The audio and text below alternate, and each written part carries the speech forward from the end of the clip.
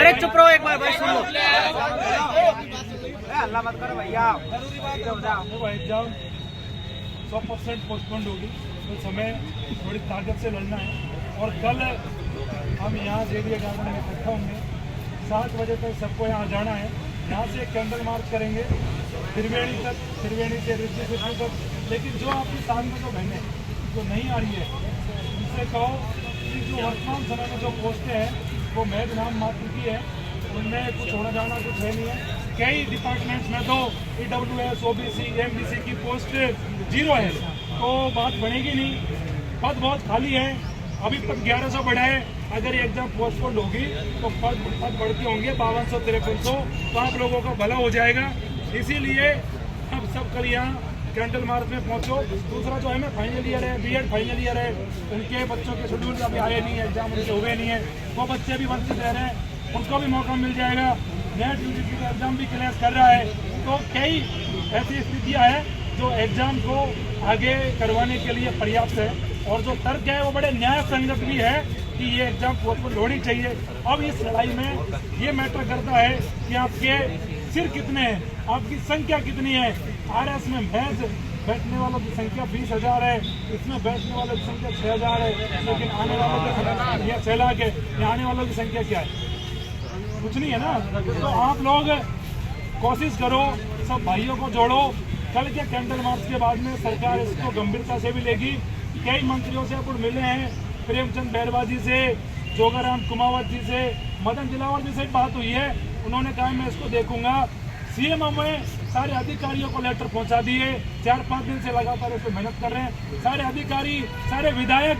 सब तक मैसेज है कि एग्जाम पोस्टपोन्ड होनी चाहिए। इस पर चर्चा शुरू हो गई है, क्योंकि आंदोलन को बढ़ाने में 3-4 दिन का समय जरूर लगता है, 3-4 दिन जरूर लगे, लेकिन अब हम पीछे नहीं है। कल प्रेस वार्ता भी करी, मीडिया भी खूब छाप रहा है रोज आपको, लेकिन आप लोग खुद बस निकल के नहीं आ रहे। आप लोग खुद घरों से निकल के आओ, इस लड़ाई को हम जीतेंगे। सारे लोग अपने पक्ष में आएंगे। आप तो कल यहाँ एक बार 7 बजे इकट्ठा हो जाओ।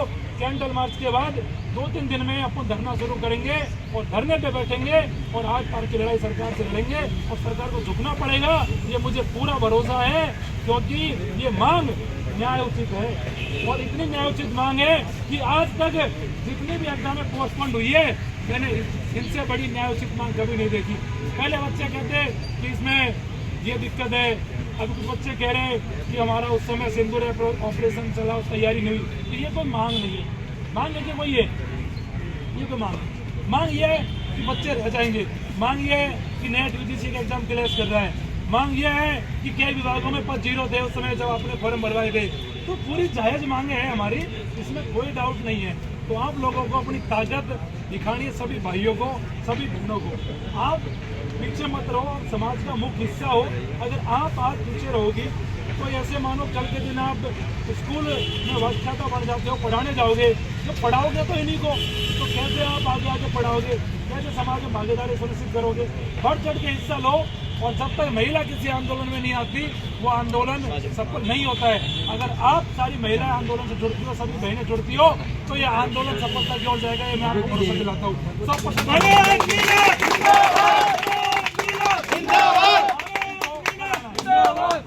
आपकी लाइब्रेरी में जो पढ़ती है उनको समझाओ, उनसे कहो हम तुम्हारे साथ हैं,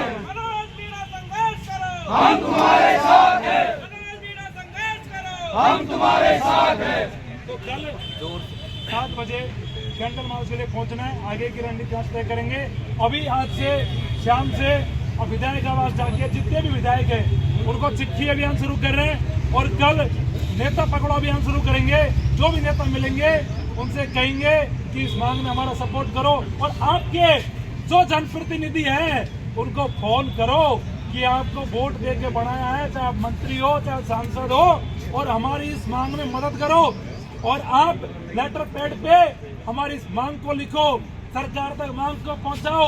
आप लोगों ने वोट किसको दिए? मनोज मीणा को नहीं दिए, आपने वोट दिए अपने जनप्रतिनिधियों को।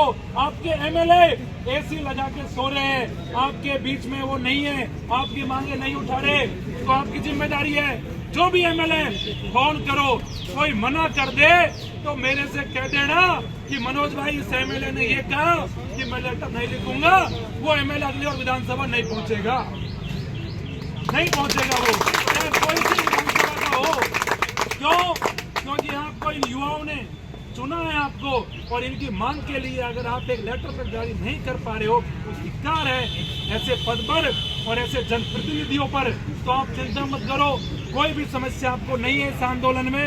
बस इस आंदोलन को मजबूती से लीड करो, मजबूती से लड़ो, और ये आप सबकी लड़ाई है, आप सबका आंदोलन है, और जरूर जीतेंगे।